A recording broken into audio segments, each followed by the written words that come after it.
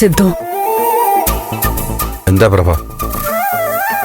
അന്ന് ഹരിയേട്ടൻ തനൂജിയോട് പറഞ്ഞിരുന്നു, പൂവിട്ട് പൂജിക്കേണ്ട ആളാ സിദ്ധുന്ന്. ഇന്നത് ഞാൻ പൂർണ്ണ അർത്ഥത്തിൽ മനസ്സിലാക്കുന്നു. ഹരിയേട്ടൻ പറഞ്ഞത് നേരാ. അത്രയും മഹത്വമുള്ള ആളാ സിദ്ധു. അതുകൊണ്ട് തന്നെ ഞാൻ വേദനിപ്പിച്ചതിനൊക്കെ പാപം. എന്താ ഇത് പ്രഭ?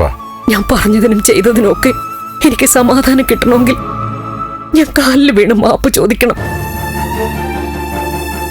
എന്നോട് ക്ഷമിക്കണം. എന്താ? നമ്മള് ഭാര്യയും ഭർത്താവല്ലടോ. അപ്പൊ സ്നേഹിക്കും, വഴക്കിടും. ഭാര്യയും ഭർത്താവും വഴക്ക് കൂടും. അതിന് പക്ഷേ ഒരതിര് വേണം. ഇവിടിപ്പോ ഞാൻ അല്പം അതിര് വിട്ടതുപോലെ പെരുമാറി. സോറി സിദ്ധു. എന്താ പ്രഭ ഇത്?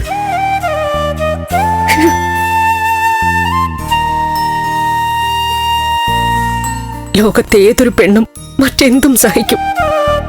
ഭർത്താവ് മൊത്തം പട്ടിണി കിടക്കാം, ദുരന്തങ്ങൾ നേരിടാം, മഹാരോഗങ്ങളും സഹിക്കാം. പക്ഷെ അവളുടെ ഭർത്താവിന്റെ മനസ്സിലേക്ക് മറ്റൊരു പെണ്ണ് കടന്നു വരുന്നു എന്നുള്ളത് സഹിക്കാൻ പറ്റില്ല സിദ്ധു.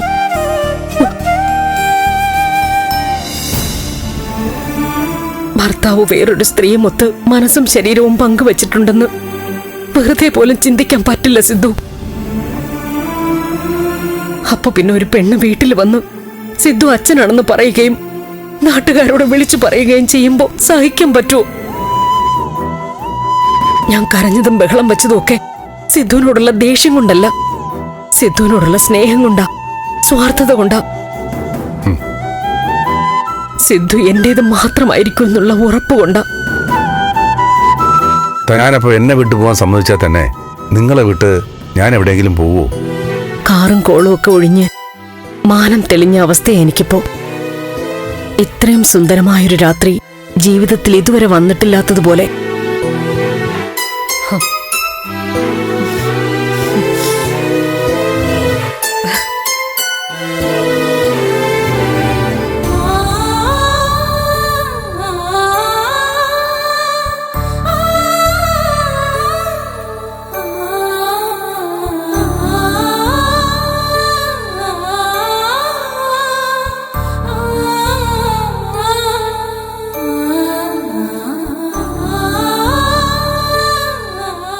ഫ്ലവേഴ്സ് സ്മാർട്ട് ഷോ ശനി ഞായർ ദിവസങ്ങളിൽ രാത്രി 9:30 ഫ്ലവേഴ്സിൽ.